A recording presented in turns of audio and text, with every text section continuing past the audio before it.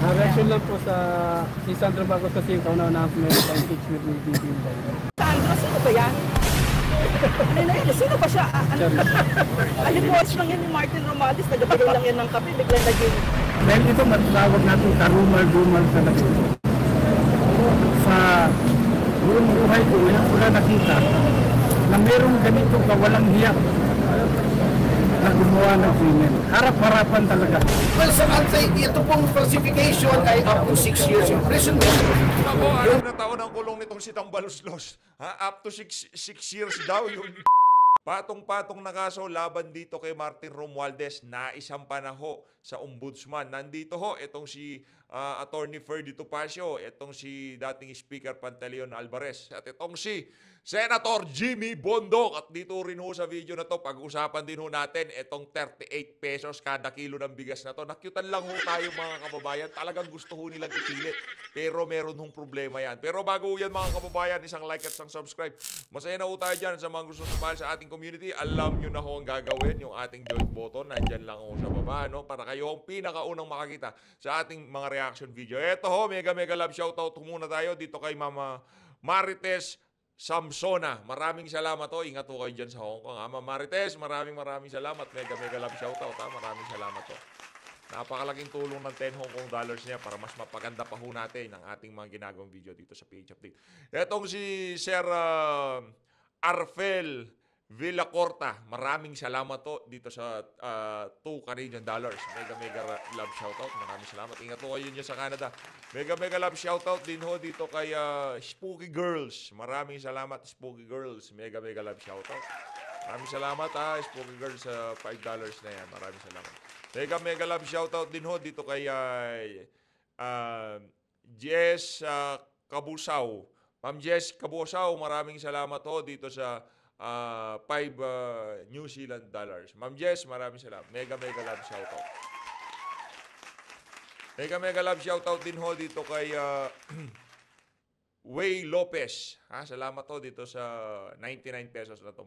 Mabuhay ho kayo. Mega love shoutout. Ayun na nga, rekta ho tayo dito sa dito ho sa nakita nating dito sa Kadiwa Store, diyan sa Kadiwa at LRT Recto Station. Talagang pinipili ditong administration na to pati sa mga LRT station naglalagay ho sila ng Kadiwa Store. Ang problema ho, okay na sana pupurihin ko na ho sana 38 pesos, mura, sabi ko pwede to konting push na lang 18 pesos na lang mailalagay na nila doon sa kanilang pinangako noong nagdang election. Kaso, syempre, titingnan ho natin, i-zoom natin, di ba? I-zoom ho natin yan. Nung tinignan ho natin, tingnan nyo naman ho itong mga kababayan. Papakain nyo ho ba to sa ating mga kababayan? Itong bigas na to, itim na ho yung iba dyan. Hindi na ho pagkain ng tao to, pagkain na ho ng manok to, pagkain na ho ng hayop to. Ganyan ho ba tayo tratuhin itong administration na to? 38 pesos na bigas. Oo, meron ng 38 pesos na bigas, pero hindi ho, itong mga ganitong bigas, hindi ho pinamimigay to. Pinamimigay nga nung panahon ni Tatay Digong, hindi ho binibenta to nung panahon ng nagdang administration. Ito ho, ganito ho, kaliit ang tingin ng administration itong si Marcos Jr. sa sambayan ng Pilipino. Papakainin ho tayo ng bigas na hindi para sa human consumption, para ho ito sa mga hayop. Yun ho ang tingin nila sa atin, hayop, mga hayop po tayo. Hindi ho ito pagkain ng tao. Itim-itim na ho. Tingnan nyo naman, patoka na ho ito sa manok. Pakain sa bibe. Yun ho sila ho dapat kumukonsumo nitong bigas na to. Pero hindi na ho dapat ito ikonsumo ng ating mga kababayan. Pero ibinebenta pa rin para mapakita sa ating mga kababayan na nagtatrabaho at napababa na ng 38 pesos ang kilo ng bigas. Pero ano ho yan, budol na naman ho yan. Huwag ho kayong maniwala. Kung sakali ho meron ho kayong makitang ganito, picturean nyo lang ho o video nyo lang para baka maligaw ho siya sa ating feeds at maipicture ho natin dito sa PH Update. Ayun na nga, no, yung mga nagtupad-tupad kayo, nagwalis-walis kayo ngayon, hinide nyo yung mga post. Akala nyo hindi pa na-screenshot yan. Na-screenshot ko na yan. Pinuso kasi nitong si Ma'am Sas Rogando Saso, yung mga nagtupad-tupad, nagdamit lang sila ng tupad, tapos picture walis, tapos pera na kagad. Mga walang hiya kayo, ito talagang administrasyon na to, wala akong awa doon sa mga kababayan nating middle class, ha, kung sino yung mga nagbabayad ng buwis, pinamimigay nyo sa mga ganitong klaseng kaparaanan. Imbis na gawin yung mga proyekto, ha, na ikagiginhawa ng buhay ng bawat Pilipino, pinamimigay nyo bilang mga ayuda, mga walang yakayo. Tapos yung mga nabibigyan pa ng tupad, anak ng tokwa, mayaman pa sa mayayaman, ang gaganda ho ng mga suot, ang gaganda ho ng mga relo, ha, ang puputi, anak ng tokwa. Nabibigyan ho kasi yung mga ito, lagay ko na nga, yarin lamang napapasadahan na natin. Heto, kung kilala nyo ho ito, kilala nyo tong mga individual na nandito sa larawan na to, eto, lakihan ko, isasagad ko to para malaki ang larawan nitong mga nagtupad-tupad na to. Kung meron ho kayong kakilala sa mga yan, ano nyo lang ho, i-share nyo ho itong video na to para makita nila na sikat na sila. Grabe no, talagang kawawa ho na yung mga nasa middle class na nagbabayad ng buwis. At yung mga buwis natin, hindi ho alam ng administration na to dahil bangag kung paano nila gagamitin. Ginagawa ho nila, puro ayuda. Kagaya ho nito mga kababayan, tignan nyo naman ho itong mga benepisyaryo ng tupad na to. Itong unang larawan dito, di ba? Ito, yung kasunod na larawan. Tingnan nyo ho yung aling nakasalamin na nasa gitnang nakakulay pula. Di ba? Ano po siya? Kitang-kita na meron kang pera, madam, ba't nandyan ho kayo? Senior citizen na kayo, meron na kayong benepisyo sa pamahalaan, tapos kasama pa kayo sa tupad. Anak ng tokwa, wag naman hong ganyan. Maawa naman ho kayo doon sa mga talagang tunay na nangangailangan. Kung ako dito sa administration na to, ilinagay na lang ho yan sa sa 4Ps kasi doon ho talagang nai-screen ho ng maayos yun. Pero ito, mga malapit lang kay congressman, kay mayor, kay kay kagawad, di ba? Nakananto ko, ganyan ho tayo lokohin ng administration na to. Ito na ho, punta na ho tayo sa mga kaganapan dyan sa Supreme Court. Ito, kay Atty. Trixie ho muna tayo, tapos kay Doc Lorraine Badoy, tapos punta na ho tayo dun sa mga nag-file ng kaso laban dito kay Tambaluslos dyan sa Supreme Court. Nasa loob na sila? Ako, nasa loob na po sila. Si Bong Alvarez, ma'am, nandun na po. Meron kami naligaw na. Meron kami naghihintay sa meeting. Ano mga to kasi? Magkakasama sila. Yes, po. Hello, ma'am. Binigyan ko sa bribery at saka... Ako si Atty. Trixie. Sige po. Kita nyo naman, ha? Yan o ang pinaka-latest na kaganapan dyan sa Supreme Court. Mag-cover lang din daw si Atty. Trixie, pinagkaguluhan. Kaya kasi ang mga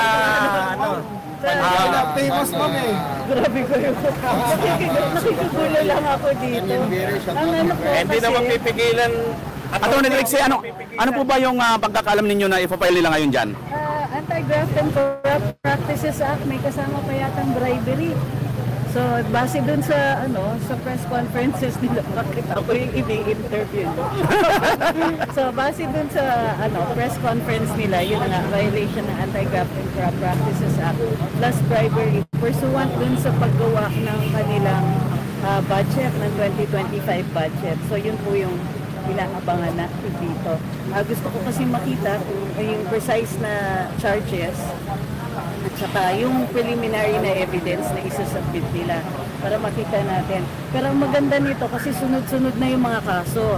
So may pushback. Nag-umpisa of course at although hindi kaalyado namin sa politika, mga nag-file doon sa sa PhilHealth. O after yung PhilHealth, nag-file naman on the budget. After the budget, sa tatlong Supreme Court, bali yung pangatlo ay doon sa sa freedom of speech. Lahat ito, one way or another, related either sa administrasyon ni BBM or dun sa Congress o yung interrelated na actions nila. Kasi walang magagawa ang presidente, involved talaga siya sa budget. Pagdating sa budget, siya yung last touch pipirma siya. He could actually have left it alone tapos maglalapse into law yun within 30 days without action. Pero pumirma siya. At sinabi pa niya dun sa isang ambush interview niya na although may nakikita siya mga problema, hindi niya pinirmahan pa rin niya. So in spite of what he thought he saw as issues, pinirmahan pa rin niya. Ang sinabi niya, meron siyang mga vinito. Ang sinabi ni ES, one of the biggest vetoes, number of vetoes or amounts na vinito in history. This is one of the biggest budgets in history also. So that's not really saying anything, di ba? Plus, he's trying to work out a way para mapuno yung mga budgets ng mga agencies na kinulang daw, according to him. Pero how can you do that kung ang laki-laki pa rin ang nilalagay ninyo sa ayuda? Bangkarote na nga daw, di ba, ang PhilHealth. Ang daming mga agencies that have been offered only the barest minimum. Alam na natin yun. Pero lumalabas na malaki pa rin yung budget, saan nagpupunta po yung balanse? So, with BBM, on the executive side, first-hand view ang executive, how the money is being spent, how the money is, yung kinikwento ni VP Inday Sara na na merong mga nagbibigay ng malaking budget sa ahensya pero hinihingi pala. Di umano ng ilang mga miyembro sa lehisladura. So these things have to be investigated. So aside from the 3 cases sa Supreme Court, eto na nga, yung case ng Citizens Crime Watch, tapos ito, magkahiwalay yan, di ba? Dalawa pa mo mga cases. So yung mga yan, we see na nagpo-pushback na. Masyadong garapal yung nangyari, so they should have expected these cases to be filed. No matter what. Ang dami na ako kasi nag-advise kay Marcos Jr. noong Disyembre na balik mo na ng BICAM yan para wala ka ng problema. Kasalanan naman nila yan eh. 'Di ba? Maraming problema diyan sa Department of Education, diyan sa PhilHealth. Balik mo na sa BICAM. Eh di wala kang problema ngayon. Pero yun ho talaga ang gusto niyang budget kaya pinirmahan niya. Sa totoo lang. Kaya pinirmahan niya kasi yun hong gusto niyang budget. Yun ho ang pinagawa niya kay Tambaluslos. Kasi magmumukha ho siyang tanga pagka binalik niya ng BICAM yung 2025 budget. Diba? Ginusto-gusto mo yan, yung inuutos-utos mo sa amin. Ngayon na bisto tayo, pinapaayos mo sa amin. Baka ganunin siya ni Tamba, diba? Plus, i-add niyo na dun po yung actions ng Congress with regard to the people, yung mga respondents, yung paso namin. Yung impression ng taong bayan sa acts ng mga kongresista at ng executive ay masyado ng garapal. So, we expect even more cases to be filed in the coming days. So, kitang-kita na masyado na they don't even care how. Wala ho, itong si Tambaluslos pagkatapos ho ng kanyang kung sakaling matalo siya nitong si Ma'am Nene, ho siya sigurado, kulong ho itong mama na to. Sa dami hong kasalanan na ginawa niya dito sa 19th Congress na to, sa mga kabalbalan na pinaggagawa niya. Dapat ho talaga mabulok sa bilangguan niya si Tambaluslos. Sa totoo lang ha. Sa totoo lang, dapat nga gurgur na yan eh. They look anymore. So, kaya nandito ko, gusto ko makita and also explain the way that you have been covering. I-add na rin natin yung boses namin dito sa pinaglalaban ng mga nag-file. Because we can no longer be quiet. Ang pagsasalita at yung ginagawa ninyo po, yung pagpapahayag ay mahalaga para sa balanse sa lipunan natin. Mahalaga para may check sa ating gobyerno. So I understand na minsan napipikon yung mga nasa gobyerno tungkol sa mga ginagawa natin, which explains yung yung congressional investigation. Pero yun po yung nature talaga ng free speech. So I'm very happy to be here on your side today. Although, yun nga, eventually, kasi dun sa Supreme Court kami yung petitioners. So dito naman we'll be covering the other complaints. Attorney, Yun. reaction na lang po. Kasi po, ang original po pala nito ay sa RP's Prosecutor's Office ng Quezon City. Yes. Bakit po nalipat po yata dito ang binyo? May ano ba kayo doon? Hindi. The reason it's here is because of sila po ay government officials. May certain salary grade na exclusive ang jurisdiction talaga ng ombudsman, lalong-lalo na in cases of graft and corruption. So talagang dito sa ombudsman ang jurisdiction yan. Posibleng yung bribery doon sa Quezon City Prosecutor's Office. Pero yung violation ng RA 3019 will be exclusive to the ombudsman. Ayun, maraming salamat nun sa paliwanag na yan. Attorney, update po dun sa Supreme Court na sinampan nyo? Iniintay po natin. We don't really expect naman na mabilis kasi malaki ang docket ng Supreme Court, di ba? Ibig sabihin, kahit nagsampa kayo, pwede pa rin kayong ipatawag sa Kongreso? Yes, of course. Walang PRO. So without the PRO, pwede nila kami patawag. But doesn't change our stand that yung pagpapatawag ay hindi po naaayon sa saligang batas. Hindi nyo pa rin sisiputin? we will have to see. Wala pa naman pong patawag. Ang na-receive namin ay show cause order. Ano pong mangyayari doon sa show cause order para sa inyo, attorney? I-explain lang namin kung bakit wala kami doon. So, yun lang. Kanya-kanyang explanation. So, yun. Ito, punta na ho tayo dito kay Doc Lorraine Badoy, no? Kaugnay dito sa isinampangang kaso sa ombudsman. Ito, punta ho tayo dito kay Doc Badoy. Ito, kay Doc Badoy. Kumusta ma'am? Kumusta? Hello, thank you. Ayan. Dumating kayo. Maasahan talaga. Yes. Doc, nakalive po kami ngayon dito, mga vloggers. Attorney Trixie. Ayun na. Nagte-textan kami ni Trixie. Okay. Yung update lang, Doc, ano ko lang sa iyo. Pumasok na po si, napalabas po natin dito si Attorney Jimmy Bundok at si Miss Cathy Binag. At nauna na pong nakita natin doon sa loob si Congressman Alvarez, dating speaker. At ito naman po si Attorney Topacio. At as of the moment, Doc, mayroon na po tayo palang update, no?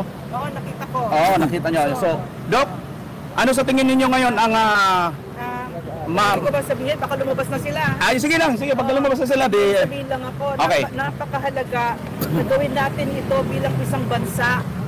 Napakababoy ng kongresong ito. If this is the worst Congress headed by the worst Speaker of the House, hayagan kung magnakaw sa Pilipino. Hindi na nahiya. Tapos nakikipagkuntsabahan pa sa CPP, NPA, NDF. This is a pattern. Yun ho talaga sa totoo lang. Yung pamahalaan, makikipag-connive ka dito sa mga makakaliwa na to, na ang taningin layunin, pabagsakin ang pamahalaan. Yun hong pinakakasuklam-suklam para sa atin, sa totoo lang. Korupsyon, tapos yung pakikipag-connive sa mga makakaliwa. Kaya lahat ho ng politiko, nakasama ni Franz Castro, nitong si Ngiwi, ito siya Baliko ang Bibig, yung mga yan, wala hong prinsipyo yung mga yan. Kaya ho kayong ibenta ng mga yan. Kaya kung yung mga congressman nyo sa inyo yung mga distrito, nakikita nyo hong kadikit nila itong mga makakaliwang grupo na to. Kailanman, hindi ho, ano yun yan, kumbaga, interest ng kanilang lamang constituent ang isusulong dyan sa House of Representatives. Bagkus, yung pangsarili ho nilang interest ang kanilang isusulong dyan sa House of Representatives. Yung pagnanakaw sa Pilipino ng kongresong ito, na hindi na natin ito pwedeng pabayaan. Kasi pag pinabayaan natin ito, ano ang itinuturo natin sa mga anak natin? Ito yung sinasabi natin, we are not Filipinos for nothing. Hindi tayo papayag na sasalingin tayo ng ganito, ng mga kurakot, na mga binigyan natin ng tiwala natin, na tinatraidor tayo ng ganyan, the worst budget. Diba? Ang sinasabi nila sa atin, kayang-kaya namin kayong babuyin. Pero ang sinasabi natin ngayon dito sa kasong ito, hindi pwede. Hindi ninyo kayang gawin yan sa Pilipino. So napakahalaga na nandito tayo at nagpapasama tayo kay Attorney Vic Rodriguez, Attorney Jimmy Bundok, kay Ferdy Topacio, Citizens Crime Watch, former Speaker Devon Alvarez. Kasi tumatayo sila para sa Pilipino. At tayong lahat dito na sumusuporta. Pero mo pag hindi natin ginawa ito, pag hindi nila ito ginawa, ang sinasabi natin, gawin nyo yan, pwede ninyo kaming nakawan, pwede kahit anong kababuyan, gawin nyo. At saka hindi lang nakaw yan. Corruption kills. Marami nang napatay itong mga magnanakaw na ito. Doon lang sa flood control projects, ilan ang nalunod dyan. Pag pumunta kayo sa PGH ngayon, iiyak kayo. Katulad ng nangyari nung pagpunta ko doon. Kasi nung panahon ni PRRD, ang ganda-ganda. 100 million binibigay. Ito ngayon, yung PhilHealth ginalaw. Diba? So ano ibig sabihin na pag pumunta kayong PGH, nakaratay ang mga kababayan natin, pinakamahihirap. Nandun sila sa corridor. Yung iba nangingisay pag nagsisisure. Kasi wala na talaga. Hindi ginawang priority ito. Ninakawan nitong kongresong ito ang pinakamahihirap nating mga kapatid at ninanakaw nila sa atin ang mga yung bright future ng mga anak natin at ng bansa natin. So tama itong ginagawa natin. We are not Filipinos for nothing at sinasabi natin dito, hindi ninyo kami pwedeng salingin at sinasabi natin ito. Sa future na mga magnanakaw, gawin nyo kung anong gusto ninyong gawin. Pero hindi kami papayag, hindi papayag ang Pilipino. Dito ako I'm so proud, very proud of this moment na Pinapatunay natin na talagang duyan tayo ng mga magigiting. Yan ang lineage natin. Yan ang tinuro sa atin ng mga magulang natin, mga lolo natin. We are standing on the shoulders of people, of Filipinos who sacrificed. Ilang buong kasaysayan ng Pilipino, maraming ang nagsakripisyo para sa kalayaan na ito at para hindi halayin ng Pilipino. At dyan tayo tumatayo ngayon. Reaction nyo lang, Dok, doon sa speaking of priority, yung educations, bakit yun ang hindi nila priority instead of dito nga po sa DPWH, bakit po yun ang kanilang priority? Unang-una ang DPWH kasi ang Kongreso ay punong-puno ng mga contractors. Alam naman natin yan. Alam natin yan, hindi yan tanga. Number 2, so alam na natin yan, para yung pera pupunta sa kanila, mga magnanakaw, no? Diba yun yung sinasabi natin na nakita natin? Number 2, kasi itong mga ito, nakita natin dyan sa ayuda na yan. Meron ba silang tinayo kahit na isang eskwela? Alam mo sa mga IPs, mga kapatid nating IPs, kasi umaakat ako ng bundok. Naglalakad ang mga batang IP 2-3 oras lumulusong sa ilog para lang makapag-aral. Doon ba meron ba silang binigay na pera para man lang doon? Wala na yung barangay development program, hindi na umaandar talaga. So ano ibig sabihin, bakit nila ginagawa yan? Kasi itong mga ito, gusto nila mangmang ang Pilipino. Gusto nila naglilimos tayo. Gusto nila ang loyalty natin sa kanila. Gusto nila, pag tinapunan tayo ng pera naman natin, magpapasalamat tayo sa mga hayop na yan. Diba? So, yan ang gusto nila. Hindi tayo papayag dyan. Pera natin yan. At yung traditional politics, yung patronage politics, padrino, tapusin na natin yan. Ang gusto nating maging bansa parang Singapore, napag-iwanan na tayo yung sinabi ni Vice President, napag-iwanan na tayo ng kahit mga kapitbahay natin, mga kapatid natin na nasa ASEAN. Dati ang sinasabi natin, hinahabol natin, Japan, biglang naging Thailand, ngayon naunahan na tayo kahit Cambodia, ang natira na lang Laos. Diba? So napag-iwanan tayo. And the quality of a nation will depend on the quality of its citizens. At ang gusto natin ay ang mga anak natin ay edukado. Kasi yan ang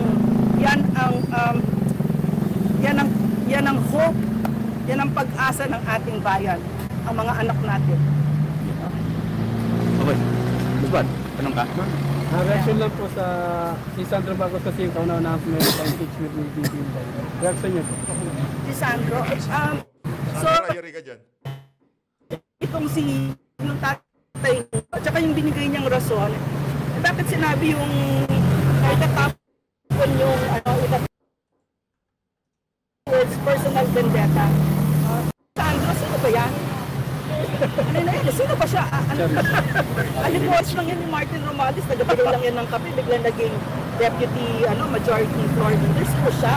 Senior Senior deputy. And everything that he has, like his father who's a loser like him, everything that he has was given to him. Wala silang na-prove dahil lang sa apelyido na yan na sana magmula ngayon hindi na makakabalik sa gobyerno yung mga yan. So yung Sandro Marcos na yan, ano bang nagawa niya sa buhay niya para maging ganyan siya? Yan ang naging kongreso natin. Dahil lang sa mga apelyido ng mga magulang nila. Pero marunong silbi yan, hindi. Ang alam niya ni Sandro mag-party at mag-monopolize ng vape industry. Diba? Yan. At ano pa yung sinasabi niya?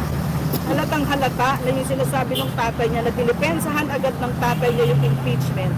Yung president na yan, sinasabi niya, he has nothing to do with the impeachment and yet right away, siya yung nagdedepensa.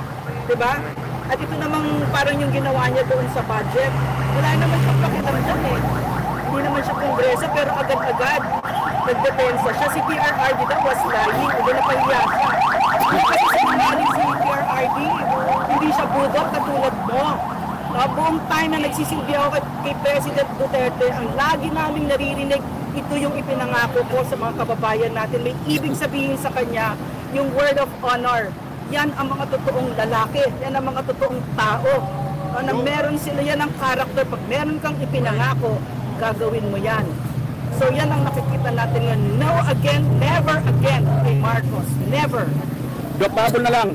Reaksyon nyo doon sa press conference ni VP Sara na sinabi niyang God save the Philippines. Yes, God really save the country. We are in a very dark, napakadilim na kabanata ng ating kasaysayan na kung saan komunista na tayo, mga kapatid. Ang nagpapaandar ng gobyerno ngayon ay ang CPP, NPA, NDF. Akala ni Martin Romualdez, ni Bobong Marcos na pakikipag-alyado nila sa CPP, meron silang attack dogs at kontrolado nila. Hindi nila nakikita, yung nakikita ko na maliwanag, puppet lang sila. So God save our country. Pero mo, katulad doon sinasabi ni Vice President, I am full of hope. Bakit? Lumalaban tayo. Lumalaban tayo at maraming regalo ito. Yung nag-sign ng petition na yan, yung impeachment, sinabi nila sa taong bayan, magnanakaw ako. Yan si Mitch Kahunay, uy, nakakahiya.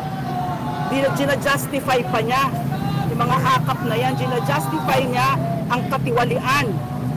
Marami sa kanila nagsasabi mas mabuti pang nagkunin namin yung pera at pupunta ang pera na yan sa inyo, mga kababayan ko. Gina-justify nila ang plunder at hindi naman talagang pupunta yan. Pustahan pa tayo sa mga bahay nila, tingnan natin. Diba? At saka hindi yun yung punto. Ang punto, sumunod tayo sa batas. Wala dapat pork barrel.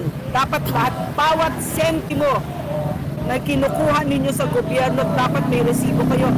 Hindi ko to sinasabi na parang salita lang kasi nung kami ni PRRD noon, kahit yung toll ticket ko, binidikit ko yun, lahat, bawat resibo kasi tinuro sa amin ni PRRD habang kumakain kami, sinasabi niya araw-araw na kumakain kami nila PRRD, yan ang ulam natin, piniritong isda, merong sabaw, merong dessert, merong prutas, okay na yan kasi hindi natin pera yan, pera ng taong bayan yan. So yan ang gusto natin idikdik sa utak ng mga makakapal na mga mukha ng mga yan. Yan, ang hindi ninyo, pera yan. Pera ng taong bayan yan. Mahiya kayo. Pero hindi sila, yung mga ganyang tao, wala nang kaluluwa yung mga yan. Wala nang kapasidad mahiya yung mga yan. Lalo't lalo pag ang kaalyado mo ay CPP, na wala nang mga kaluluwa yung mga yan. Diba? Recruit ng mga anak natin. So, mabuti na lang may batas. Ngayon, pinakita ng Kongreso sa atin sila ang batas. Wala nang batas, wala nang saligang batas, di ba? Ilang beses pa ulit-ulit yan. Pero tumatayo tayo sa hudikatura. Tumatayo tayo, dumudulog tayo. God save our country. Pag wala nang hudikatura, wala na tayong tatakbuhan. Follow-up na lang, Doc.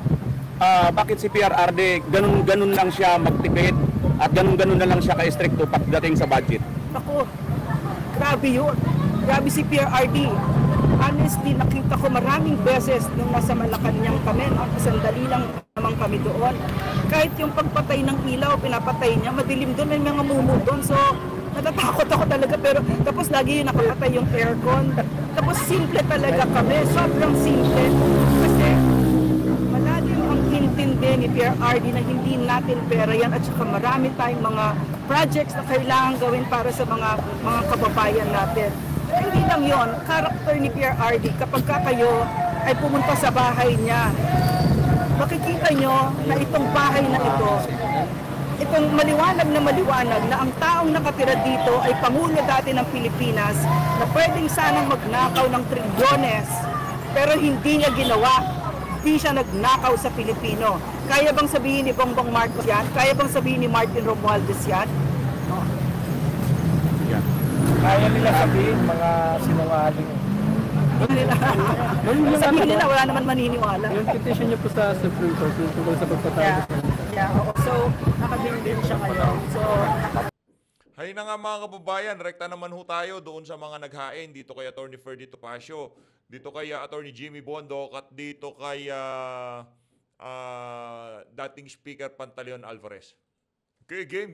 Eh, alam na pala yung insertions, dapat akumido siya para hindi ito makitranslate sa as an enrolled bill. Dapat itinalik din sa BICAM kung lalagyan ng insertion. Attorney, bakit grabe na 241 million pesos Draft po at saka falsification. Kasi yan po ang aming evaluation. na ito po ang krimen na nagawa. Implied naman po yun pagka-ombudsman na we are invoking both the criminal and administrative jurisdictions of the Office of the Ombudsman. Malawak po ang kapangyarihan ng Ombudsman pagdating po sa graft and corruption.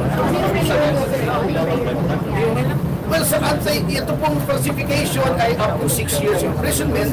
Ako, 6 na taon ang kulong nitong si Tambaluslos. Up to 6 years daw yung prison. Kung sa graft, depende po sa mapapatunayang value ng permisyo sa pamahalaan. Sa administrative po, pwedeng suspension, pwedeng dismissal from the service, pwedeng kung convicted, perpetual absolute disqualification. Kung Alvarez, baka may magsabi, politika lang. Anong magiging ay Well, karamihan sa wala na nasabi, diba? Sasabihin talaga, politika lang ito. Lahat naman ang nangyayari, politika talaga. Diba? Parte ng politika yan. So sa akin naman, ang kawawa dito, yung mga empleyado na napag-uusap. Well, siguro pwede naman nilang depensa, magsabi lang sila ng gusto. Ano talaga yung yun? Ito din natin yung timing pag-file. Kasi papa-iwas na lang kay Dito Sara Duterte. So kaya ganun yung mga elections. Alam nyo, yung sinasabong ng timing, wala namang timing yung criminal case. Kung gumawa ka ng krimen, yun ang timing. Gumawa ka ng krimen, arangal namang i-file mo yan sa susunod na taon. I-file mo yan sa nakaraang taon. Hindi pwede. Ginawa nila yan recently, kaya kinakailangan aksyonan kaagad natin. Pero may kinailangan ba ito sa pag-impeach ng mga Wala, magkaiwala yan. Kasi iba naman yung impeachment, iba po sa opinion. At ito, criminal case ito, ibang napalito. At sigurado ho tayo, kahit hindi pa ho na-impeach itong si Vice President Sara Duterte dyan sa House of Representatives, talaga hong ipapile yaang mga kaso na yan dito kay Tambaluslos dahil marami ho silang dapat na ipaliwanag dyan sa 2025 budget na yan. Hindi, teka. Yung sinasabing lang reversionary tactic, at tingnan nyo ito. Sino nag-divert? Alin ang nauna? Iba yung press conference ni dating Pangulong Duterte at ni Congressman Unab. Doon nila pinaputok na maraming blanco yung BICAM report. Ngayon, ayaw nilang pag-usapan yan dahil sigurado swak na swak sila ng kaso. Kaya silang gumawa ng diversionary tactic. Gumawa sila ng issue na matatabunan itong iskandalo sa budget ng 2025. Kinonsult na kasi dating Pangulong Duterte dito sa pag-file na. Hindi nga kami nagkausap, hindi kami nakita dahil from Tagum City, dumiretso na ako dito sa Manila para i-file yung kaso. Speaker, with your kind permission, pwede ko magdagdagan. Yung sinasabi nilang timing, actually, matagal na po namin itong pinag-iisipan. Kaya po, komplikado ang Yari kayo dito kay Attorney Yes yung Tupaso. So pinag-aralan pa po namin ito, kaya ngayon lang po namin ginawa. Kasi hindi naman po kami katulad ng ibang miyembro ng platform na kumikilos na hindi nag-iisip. Pinag-isipan po namin itong mabuti. Hey, Congressman Alvarez, sir, now na na-file na ho ninyo itong complaints ninyo, anong inaasahan ho ninyo na pagtugon dito ng anti-graft body? Kami naman, gusto lang namin patas yung laban on the merits. Tignan nila yung reklamo namin. Kung may merits naman, ay pwedeng isang pass sa ligang bayan. Kung walang merits, i-dismiss. Walang problema yan. Basta decision on the merits. Okay, kung sino ba si former President Duterte sa speech? Hindi pa po. Sir, bakit puro members of the House not will respond? Nandun yung krimen na nangyari. Sa Senate. BICAM sa Senate, sir.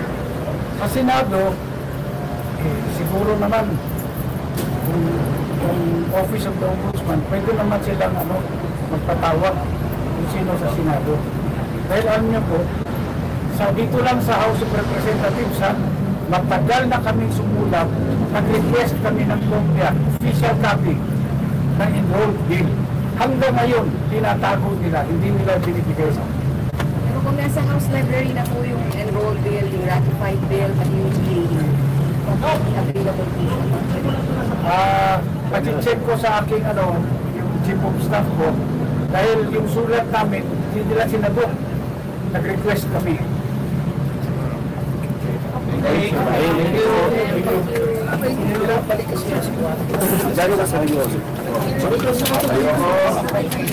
Di pa utapos yan, di pa utapos. Sandali lang, forward ko na. Ito ho, si Attorney Ferdy at itong si Attorney Jimmy Bondok, ha? Isa ho sa mga kandidato natin yan, yung si Attorney Jimmy. Number 10, ha? Gis Abalota, yan, sakto pa, itong si Attorney Jimmy. Suportahan ho natin.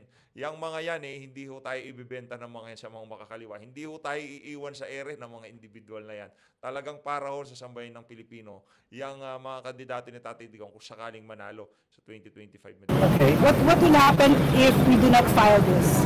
What do you foresee will happen to the Filipino people, to our country, if this case is not filed?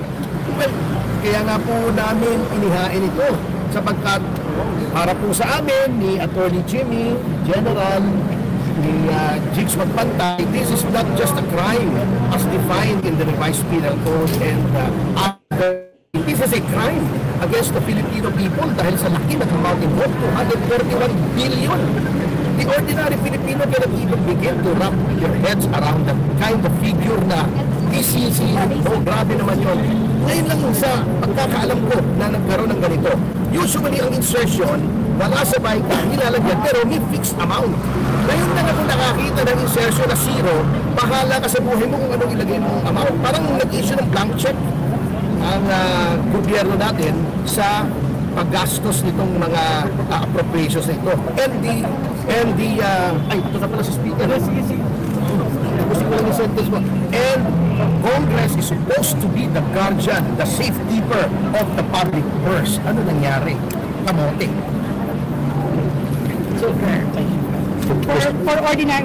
For ordinary Filipinos, para mas maintindihan nila, ano yung itsura nito on the ground pag ito'y natuloy yung budget na? Well, makikita natin that there will be expenditures of public funds na hindi dumaan sa tamang proseso, hindi inaprubahan ng BICAM. Isiningit, hindi lamang, ito isang panliling lang, hindi lamang sa sambayan ng Pilipino, ngunit sa ating Pangulo kung talagang hindi niya alam na may instructions. Kung alam niya, well, then he has to answer for that. Anong tingin mo? Alam niya o hindi niya alam? I don't want to, I always presume good faith. Alam mo naman ako, I always want to give the President the benefit of the doubt, although I doubt the benefit. All of you are giving him the benefit of the doubt. You don't think that the President is involved in this? Unless I see any evidence. Seriously, I'm willing to impute good faith to him because good faith is always presumed. Okay. Attorney Jimmy Bundok po, ano masasabi po niyo? Reaction lang po ninyo sa mga magsasabi na kayo po ay malapit na kaalyado ni Pangulong Duterte at member po kayo ng PDP. So, ano naman ngayon? Bilang Kaibigan ko siya. Kaibigan ko siya.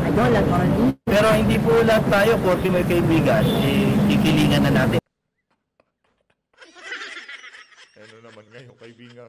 Tama, kaibigan ko siya. Oh, hindi nga nakita itong si Speaker bago i-file yung mga kaso na yun.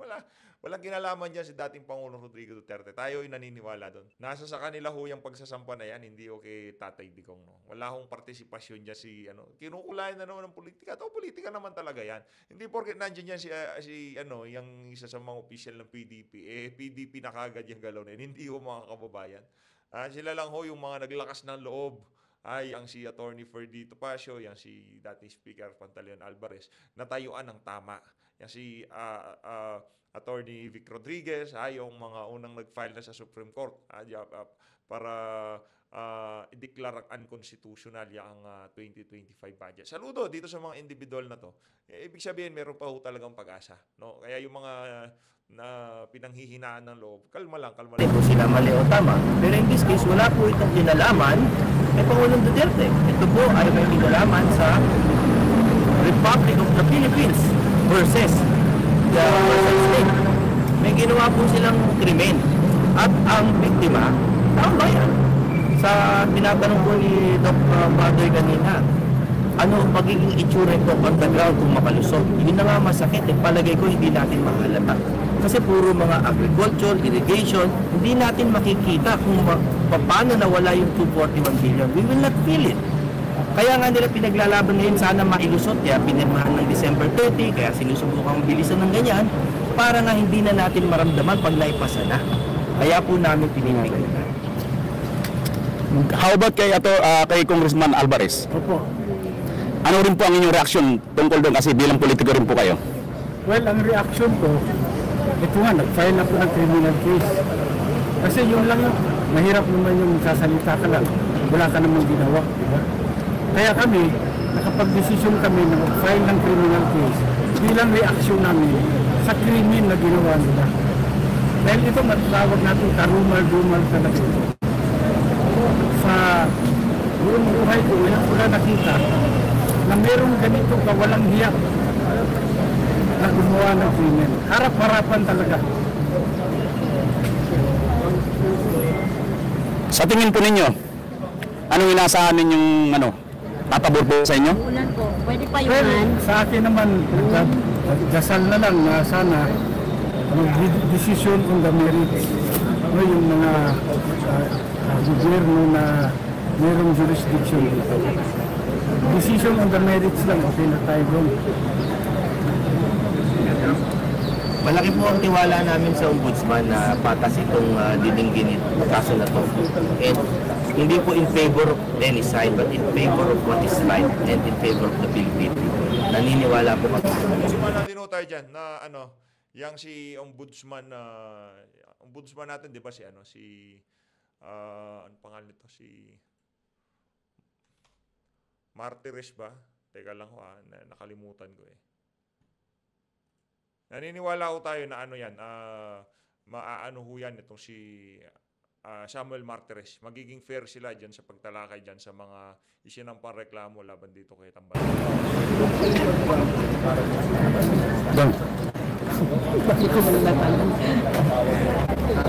Yes, Buds, tanong. Dahil for the record ulit, ano po yung mga sinampan ng kaso? Nasaan si Atty. Picasso? Very briefly, it's the falsification of legislative documents. Dahil nga yung mga blanco, nagkaroon ng laman. Article 177 Vice Penal Code. Tapos, nung inaral pa namin, nakita namin na may violation ng RA 3019. No, yung anti-graft natin na law, particularly Section 3E, alam yun nila Atty. Trixie, kung saan nagkaroon ng undue injury sa gobyerno. Napakalaki ng injury. Na-injure na ba kayo ng 241 billion?